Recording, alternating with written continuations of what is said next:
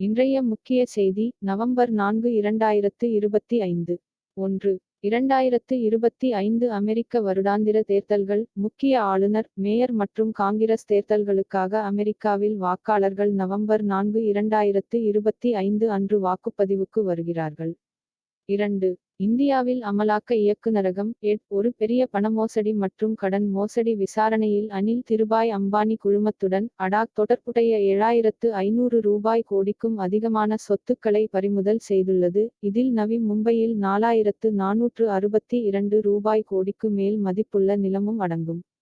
3. ரகசிய அணு ஆயுத சோதனைகளை நடத்தி வருவதாக டொனால்ட் ட்ரம்ப் கூறியதை சீனா மறுத்துள்ளது. அணு ஆயுத சோதனைக்கு தடை விதிக்க தனது உறுதிப்பாட்டை மீண்டும் உறுதிப்படுத்தியுள்ளது மற்றும் அமெரிக்கா தனது கடமைகளுக்கு கீழ்ப்படிய வேண்டும் என்று வலியுறுத்தியுள்ளது. 4. சத்தீஸ்கரின் வெள்ளி விழா கொண்டாட்டங்களின் ஒரு பகுதியாக இந்திய விமானப்படையின் உயரடுக்கு ஏரோபாட்டிக் குழுவான சூரியகிரண் ஏரோபாட்டிக் குழு நவம்பர் 4 முதல் 5 தேதிகளில் அடல் நகர், நியூ ராய்ப்பூர் மீது ஒரு வான் காட்சியை நிகழ்த்தும். 5.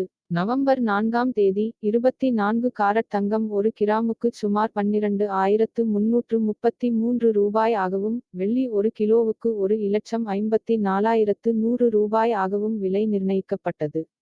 நிலையான உள்நாட்டு தேவை மற்றும் உலகளாவிய காரணிகளுக்கு மத்தியில் விலைகள் நிலையாக இருந்தன. 6. இந்தியாவின் உற்பத்தி செயல்பாடு அக்டோபரில் துரிதப்படுத்தப்பட்டது. PMI கொள்முதல் மேலாளர்களின் குறியீடு செப்டம்பரில் 57.7 ஆக இருந்தது. ஏற்றுமதிகள் பலவீனமாக இருந்த போதிலும் முதன்மையாக வலுவான உள்நாட்டு தேவையால் இயக்கப்பட்டது. 7. நாட்டின் அந்நிய செலாவணி இருப்பு சுமார் $6.92 பில்லியன் குறைந்து அக்டோபர் 24ஆம் தேதியுடன் முடிவடைந்த வாரத்தில் $695.36 பில்லியனாக குறைந்தது. இது அதிகரித்த நாணய தலையீடு அல்லது பிற வெளிப்புற அழுத்தங்களை குறிக்கலாம். 8.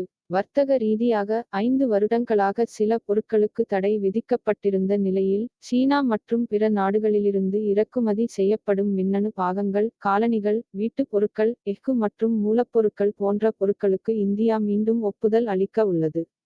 9. அமெரிக்காவிற்கான இந்தியாவின் ஏற்றுமதி செயல்திறன் பெரும் பாதிப்பை ஏற்படுத்தியுள்ளது. அமெரிக்காவிற்கான ஏற்றுமதி மே மற்றும் செப்டம்பர் 2025க்கு இடையில் 37.5 விழுக்காடு சரிந்தது, பெரும்பாலும் அமெரிக்காவின் கூர்மையான வரி உயர்வுகள் காரணமாக. 10. தென் கொரியாவில் லீ ஜே-மியுங் ஜனாதிபதி மூன்றாவது காலாண்டு வளர்ச்சி 1.2 விழுக்காடு ஆக உயர்ந்து 6 காலாண்டு உயர்வை குறிக்கும் வகையில் பொருளாதாரம் ஒரு திருப்பத்தை நோக்கிச் சென்றுள்ளது என்று அறிவித்தார்.